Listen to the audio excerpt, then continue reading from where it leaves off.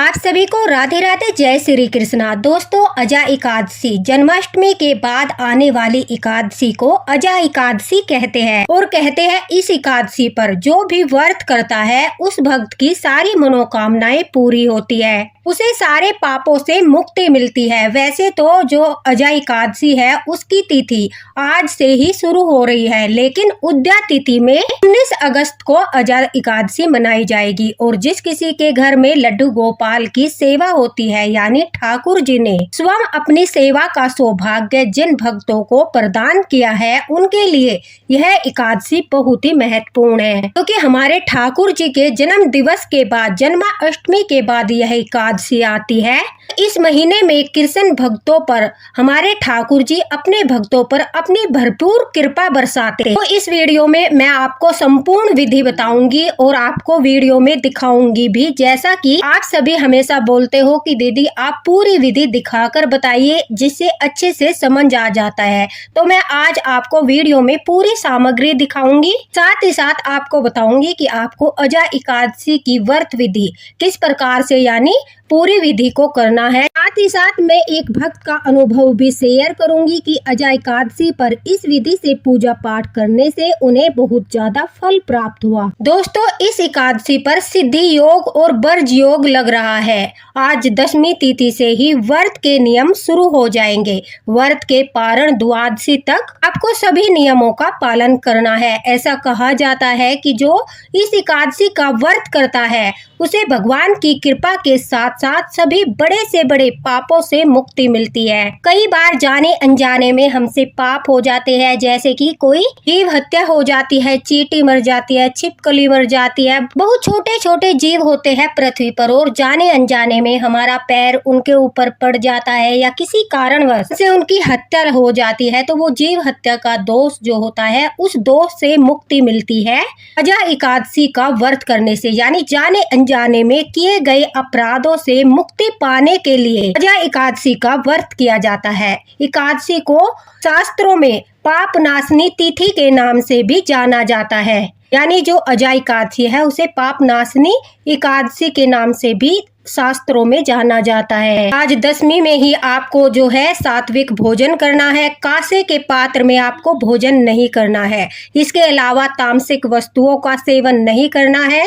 मसूर की दाल, चावल, बैंगन, गाजर, सलगम, पालक को तो बिल्कुल भी नहीं खाना है। एकादशी व्रत में आपको जो है 10वीं से ही ब्रह्मचर्य के नियम का पालन करना है। अगर आप व्रत करते हो, अगर आप इन नियमों का पालन करते हुए एकादशी का व्रत करते हो तो यकीन मानिए आपको फल अवश्य ही प्राप्त होगा। ठाकुर जी आपसे अवश्य ही प्रसन्न होंगे। पहले मैं आपको जो है अजा एकादशी की सामग्री के बारे में बता देती हूँ। देखिए, आपको अजा एकादशी के दिन पहले स्वयं काले तिल और जो है गंगा जल डालकर स्नान करना है। उसके बाद आपको ताली बजाकर ठाकुर जी को जगाना है, फिर ठाकुर जी को आपको स्नान कराना है। अगर घर में आपके लड्डू गोपाल जी विराजित है तो आपको लड्डू गोपाल को जो है अजा एकादशी का स्नान कराना है। और अजा एकादशी के दिन ठाकुर जी को आपको जो है अष्टगंध चंदन आता है, जो वो वाला चंदन लगाना है।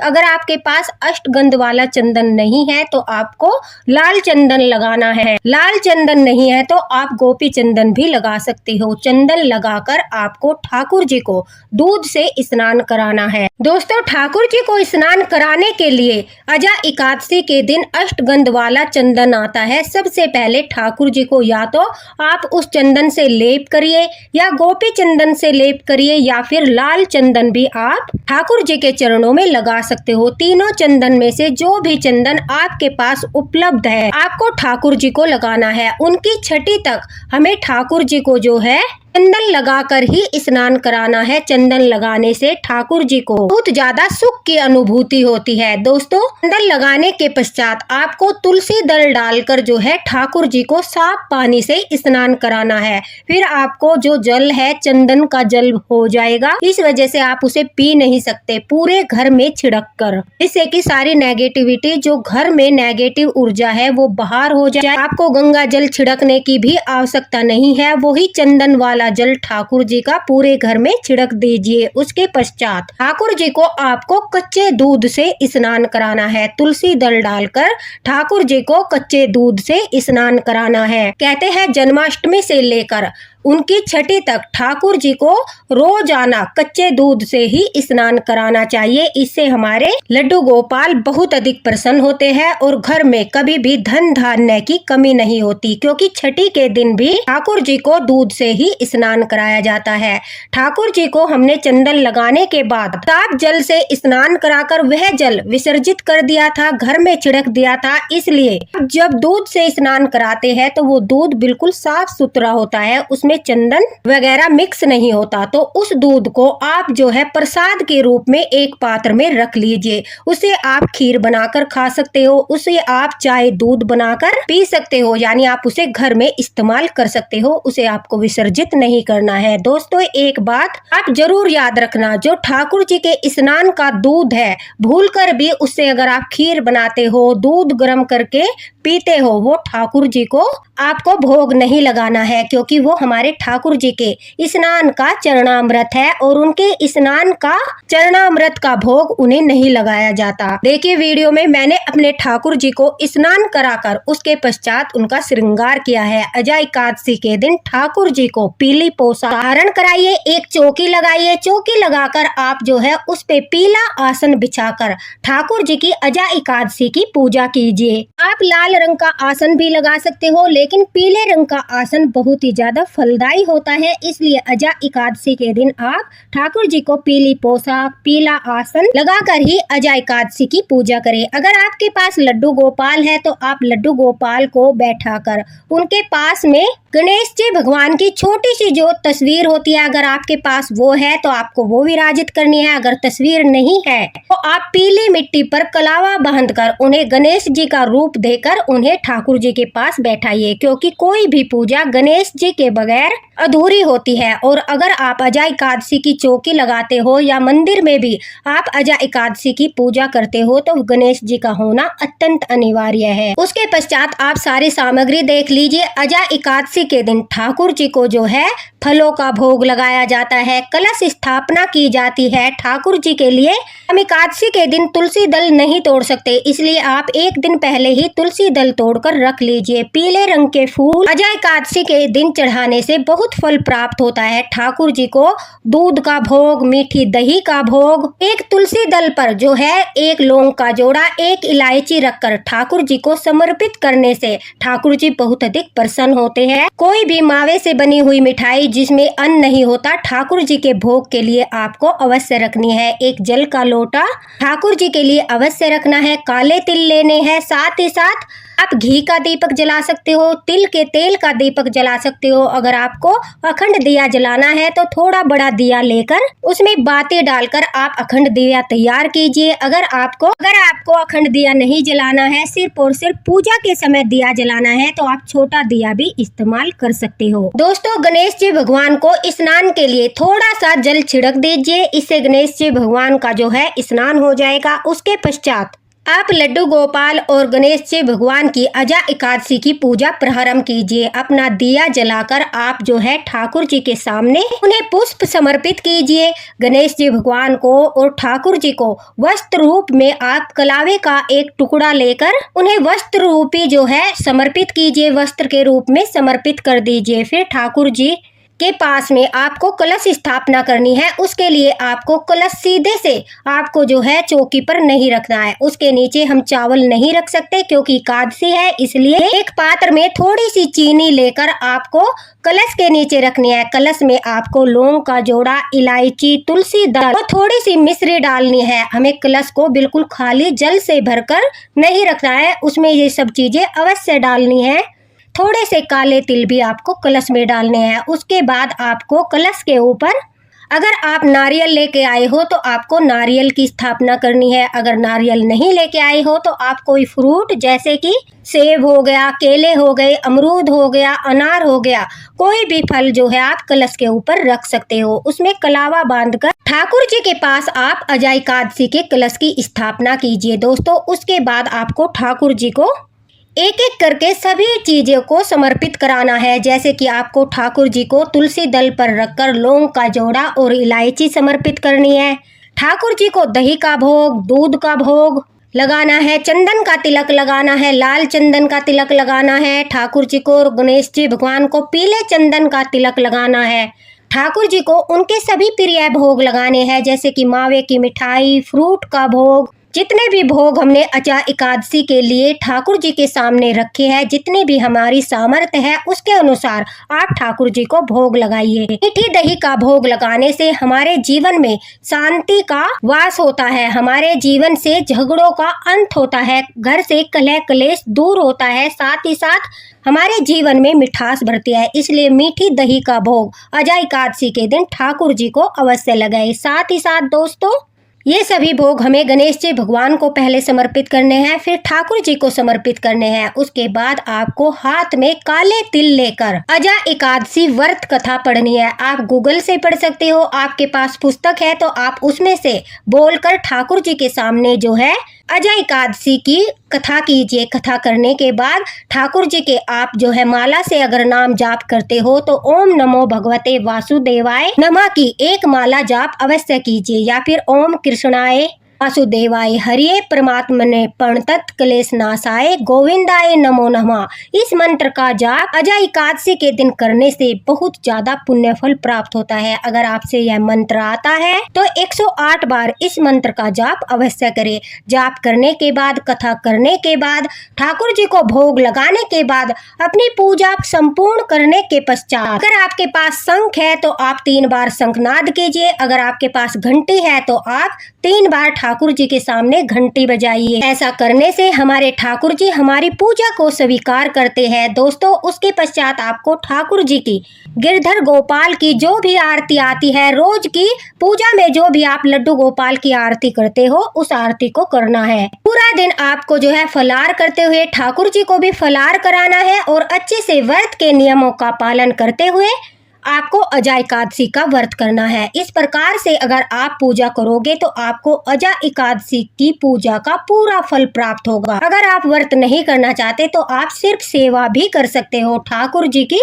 अजा एकादशी के दिन यह सेवा करके आप जो है ठाकुर जी को प्रसन्न कर सकते हो। दोस्तों, सबसे जरूरी है जब आप पूजा प्रारंभ करते हो और उसके बाद आपकी पूजा संपूर्ण होती है, उस समय आपको पूजा से उठने से पहले अपने हाथ में जल और तुलसी दल लेकर ठाकुर जी के सामने संकल्प भी करना है कि हे ठाकुर जी, मैं आज आपका अजा एकादशी का व्रत कर रही हूँ या कर रहा हूँ। मेरा व्रत पूर्ण करना, अपनी कृपा करना और मेरा व्रत स्वीकार करना। मुझसे कोई भूल चूक हो जाए तो मेरी उस भूल चूक को माफ करना। इस प्रकार से प्रणाम करके आप ठाकुर जी के चरणों में वो संकल्प वाला जल छोड़ दीजिए। इससे क्या होगा, आप जो व्रत का संकल्प लेते हो तो ठाकुर जी आपका व्रत पूरा करने का आपको आशीर्वाद प्रदान करते हैं, आपको व्रत करने की शक्ति देते हैं, सामर्थ्य देते हैं। अगर आप जो है अजा एकादशी के दिन दान पुण्य करना चाहते हो तो आप अपने सामर्थ्य के अनुसार दान पुण्य भी कर सकते हो। अन्यथा आप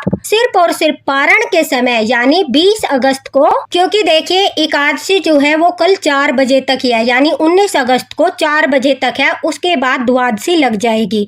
इसलिए सुबह उठते ही आप किसी भी समय जो है अपना एकादशी व्रत का पारण कर सकते हो। उस समय आप जो है किसी गरीब को अन्न देकर अपने व्रत का पारण कर सकते हो। अगर आप दान नहीं करना चाहते तो आप पक्षियों को थोड़ा सा दाना डाल दीजिए, उनके लिए पानी रख दीजिए। गौ माता को 2 रोटी देकर ठाकुर जी को खिचड़ी या चावल का भोग लगाकर या खीर का भोग लगाकर या फिर अन्न का भोग, यानी आप रोटी बनाकर, हलवा बनाकर, अन्न होना चाहिए जिससे हमारे व्रत का पारण होगा। ठाकुर जी को भोग लगाकर उसी प्रसाद से आप अपना पारण कर सकते हो। कहते हैं अजा एकादशी के दिन अगर आप पारण के समय अन्न दान करते हो तो आपके घर में कभी भी अन्न की कमी नहीं होती, माता अन्नपूर्णा भी प्रसन्न होती है। अजा एकादशी के दिन अगर आप वस्त्रों का दान करते हो तो माता लक्ष्मी बहुत ज्यादा प्रसन्न होती है और आपके घर में कभी धन धान्य की कमी नहीं होती। अजा एकादशी के दिन अगर आप गौ सेवा करते हो तो कहते हैं कामधेनु प्रसन्न होती है और आपके घर में किसी भी चीज की कोई कमी नहीं होती, क्योंकि कामधेनु सभी कामनाओं को पूरा करने वाली है। अर्थात अगर आप गाय की सेवा करते हो तो आपको ठाकुर जी प्रसन्न होकर आपके जीवन में सारी खुशियां देते हैं, आपको आशीर्वाद देते हैं, आपकी सेवा से प्रसन्न होते हैं, क्योंकि गाय माता हमारे ठाकुर जी की प्रिय है और यह सब बात हम जानते हैं। इसलिए एकादशी के दिन हमें गौ सेवा जरूर करनी चाहिए। ज्यादा नहीं, आप हरा चारा खिला दीजिए, गौ माता को पानी पिला दीजिए, उनकी पीठ को सहला दीजिए, गुड़ चना खिला दीजिए। कोई भी सेवा, एक सेवा आप कर सकते हो गौ माता की, उससे ठाकुर जी प्रसन्न होते हैं। अजय एकादशी के दिन अगर घर में तुलसी है तो दोस्तों आपको तुलसी पत्र नहीं तोड़ने हैं, तुलसी माता में जल भी नहीं देना है, क्योंकि तुलसी माता का भी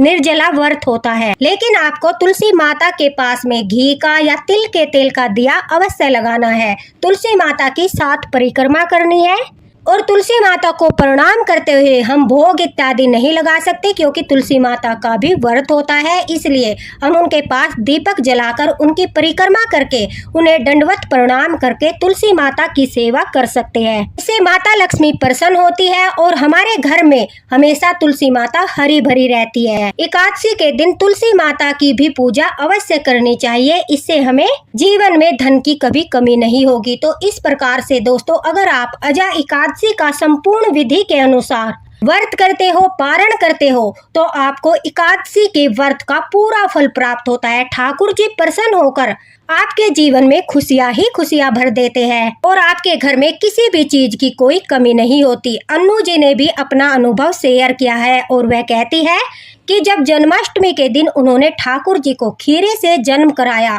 उसके पश्चात अजय एकादशी आई। अजय एकादशी के दिन उन्होंने पूरे विधि विधान के साथ, पूरे नियमों के साथ अजय एकादशी का व्रत किया, तो उन्हें ठाकुर जी के दर्शन हुए। उनके ठाकुर जन्माष्टमी पर जागृत हो गए थे और अजय एकादशी के दिन पूरी तरह से व्रत के नियम का पालन करने के पश्चात, ठाकुर जी की सेवा करने के पश्चात ठाकुर जी ने उन्हें प्रमाण दिया कि वो जागृत हो चुके हैं और सपन में उन्हें दर्शन दिए। वह कहती है कि अजय एकादशी से लेकर आज तक मेरे घर में ठाकुर जी की कृपा है, धन धान्य से परिपूर्ण है हमारा घर और किसी प्रकार की कोई समस्या नहीं है। इस प्रकार से ठाकुर जी ने अजय एकादशी के दिन अपने भक्त पर कृपा की, उसी प्रकार से सभी भक्तों पर कृपा करे। दोस्तों, आशा करती हूँ कि वीडियो के माध्यम से अजय एकादशी की पूरी पूजा विधि आपको अच्छे से समझ आ गई होगी और आपको पूरी तरह से समझ आ गया होगा कि किस प्रकार से ठाकुर जी को स्नान कराना है, किस प्रकार से अजय एकादशी की पूजा विधि करनी है। अगर आपको वीडियो अच्छा लगा हो तो कमेंट बॉक्स में राधे राधे जरूर लिखना, ताकि मैं आगे भी सभी लड्डू गोपाल भक्तों के लिए ऐसे अनुभव शेयर करती रहूं। ठाकुर जी की कृपा आप सभी पर बनी रहे। दोस्तों, अगर अजय एकादशी को लेकर आपकी कोई भी शंका है, दुविधा है, आप कुछ भी पूछना चाहते हो तो आप कमेंट बॉक्स में पूछ सकते हो। आपको तुरंत रिप्लाई मिलेगा। आपको रिप्लाई मिलने में जरा भी देरी नहीं होगी। आप निसंकोच कुछ भी पूछ सकते हो। ठाकुर जी की कृपा आप सभी पर बनी रहे। इसी के साथ राधे राधे, हरे कृष्णा। मिलते हैं अगले वीडियो में अगली लीला कथा के साथ, ठाकुर जी के प्यारे से अनुभव के साथ, साथ ही साथ लड्डू गोपाल की कृपा आप सभी पर बनी रहे। राधे राधे।